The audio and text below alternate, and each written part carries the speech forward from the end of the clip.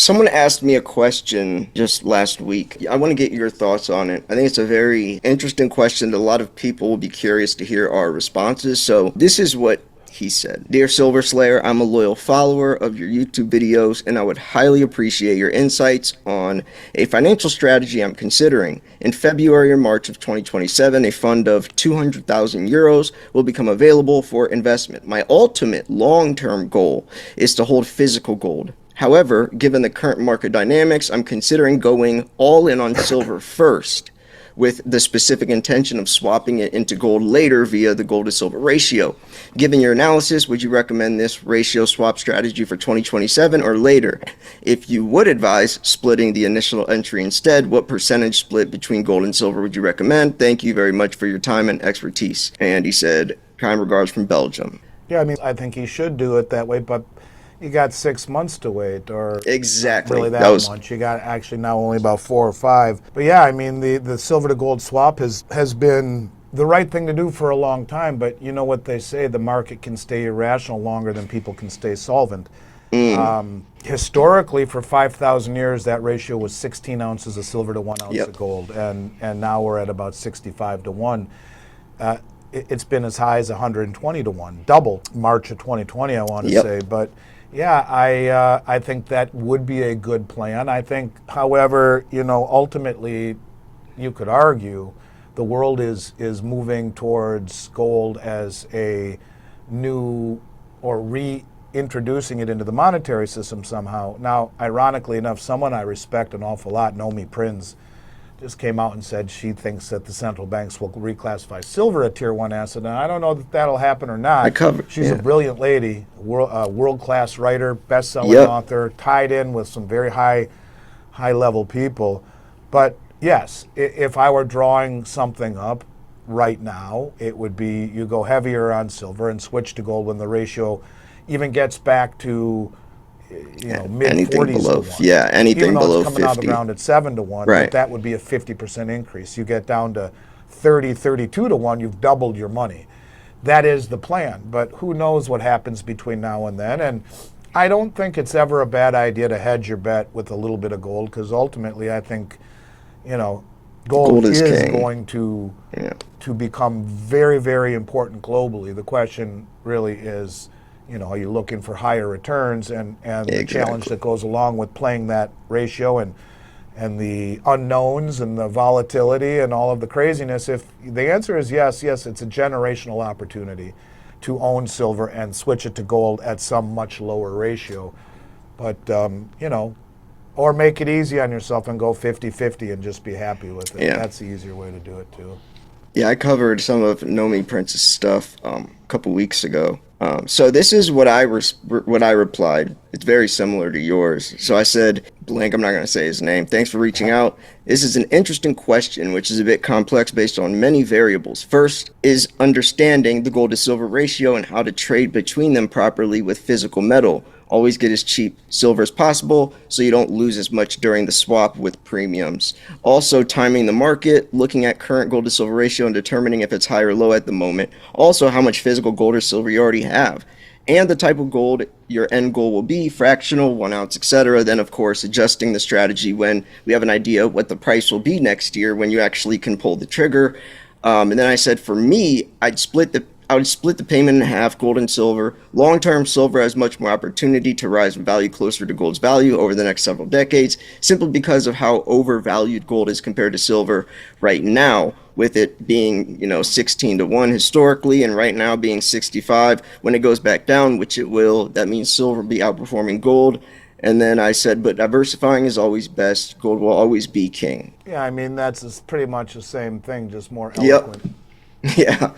Yeah, I think the gold to silver ratio is a great tool to use, but also you have to do it right, because if you're trading kookaburras and coins that have way higher premiums than generic rounds, then once you transfer that to gold, you just lost so much, potential that you could have had. So you have to use the closest stuff to spot as possible when doing the switch. Well, the best place to do it also is within an IRA, because it is a taxable event, let's not forget. And if you have, a bunch of profit there, you got to think about that as well. If it's a loss, it makes it that much better. But you need to think about the tax consequences. In an IRA, you don't have any of those consequences. That's a good point. I've been having some stuff with my CPA about crypto taxes because remember, I've been in Bitcoin since 2015, and they only just recently made it reportable, to the IRS and everything. So I've been having to try to go back and figure out some of that stuff, which has been interesting, I guess, looking back at all of my Bitcoin purchases since then and how much, I've made and, but anyways, yeah, that's another important thing to remember as well. It says a lot about you because there were very few people involved in this world that I swim in 2015. 2017 it started to become noticed quite substantially, but good for you. And you see things before they happen, and that's why probably part of the reason you're so successful in this space. Yeah, I got into Bitcoin when it was like $600. I think that's the earliest YouTube video I had you could find on here. Is like I'm making a video and you see Coinbase in the background and Bitcoin's price is like $600, and I'm showing people how to safely send it to a cold wallet and how to buy and sell it and all that. But yeah, cold wallet hack that we saw a month ago, kind of or less. That's crazy. Really freaked me out. Yeah, I don't even know how that's possible. The seed phrases and hack. Oh, so he got the offline. Yeah, so the guy must have not written down the 14-word phrase on paper. He must have written it down on his computer somehow. They got a whole bunch of seed phrases, and I don't know how they did it. Wow, it was $50 or $60 million. Wow. So and it had something to do with one of the manufacturers of the hard wallet, cold wallet. They were able to infiltrate that side of things and somehow get everyone's seed phrase. So people's money gone before, and they had no idea. Yeah, that's crazy. Yeah, I use Exodus. That's the best wallet in my opinion. But if you really want to be safe, do a hard wallet. Because that's literally off. The only way someone can get that is if they break in your house. That's not even nothing. That's what I'm talking about. In fact, let me just look it up here real quick. Because a hard wallet is different than a cold wallet. Oh, like the Nano Ledger, like that's an actual device that you send the Bitcoin to, and then if you want to access it, you have to plug it into your PC and then type it in, and then send it to a cold wallet. Or there's a paper wallet where it's literally just a piece of paper, the only way you can access it. But it says the Bitcoin wasn't stolen from the physical cold card device. The attackers figured out the private keys because the wallet generation process had a cryptographic weakness. Researchers tied the attacks to a flaw affecting certain cold card firmware seed generation process. On July 30th, attackers swept 1,082.65 Bitcoin from 1,196 addresses in roughly 41 minutes. That's worth about $70 million at the time. Subsequent waves brought the identified losses much higher, roughly 1,816 Bitcoin, 116 million across more than 5,200 addresses, according to Galaxy's analysis. A hardware wallet normally works like this: generate random private key stays offline, public address is derived, Bitcoin goes to that address. The entire security model depends on one thing: no one else can reproduce your private key. In this case, the problem appears to have been weakness in the randomness used to generate certain seed private keys, which is scary as hell. Yeah. Do you know what wallet that was? Yeah, it was called... Because I know you got to be heavily invested with all this because your company accepts Bitcoin. So I know this is something you got to pay attention to as well. We use BitPay, so we are one step removed. Dude, I was the first person to mention BitPay on YouTube. There's a video of me driving in my car, and I got the BitPay card, which was the first Bitcoin debit card you can spend Bitcoin, and it was through BitPay, and I made a video sponsored by BitPay. Says, is the BitPay card worth it? And dude, that's so funny. Here's what it says. The wallet brand was Cold Card, made by Canadian company CoinKite. It wasn't one single wallet. The vulnerability affected multiple Cold Card models: Cold Card MK2, MK3, particularly firmware versions 4.00 and 4.1.9. Cold Card MK4, Cold Card MK5, and Cold Card Q.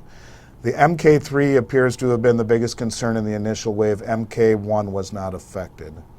And importantly, the devices themselves were not hacked remotely. The problem was that certain firmware generated Bitcoin seeds with insufficient randomness. Attackers could theoretically reproduce candidate seeds offline and search the public blockchain for addresses funded by those seeds. There is something nice about having your metal in your own possession, because these kinds of things that we once thought were impossible to get to, it's just scary how fast technology is increasing. And these criminals are very sophisticated, very educated, very motivated. So it's scary. Yeah. Do you see this on the computer? Yes. Is the BitPay card worth it? Oh, This let was me- 9 years ago.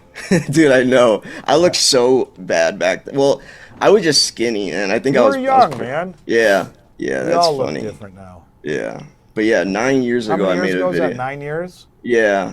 I was talking about the BitPay card. That was like I was probably the first person to mention it because it was right when it came out or around the Yeah, time. we use BitPay, so we don't actually accept it personally because of the KYC and AML issues. Yeah, know your client. Yeah. But we have them do it for us, and Yeah. It's for a fee they pay us just like that. it's the most legit for a business, 100% BitPay. But anyways, going back to, silver, and people are probably like, what the hell are they talking about? But yeah, what do you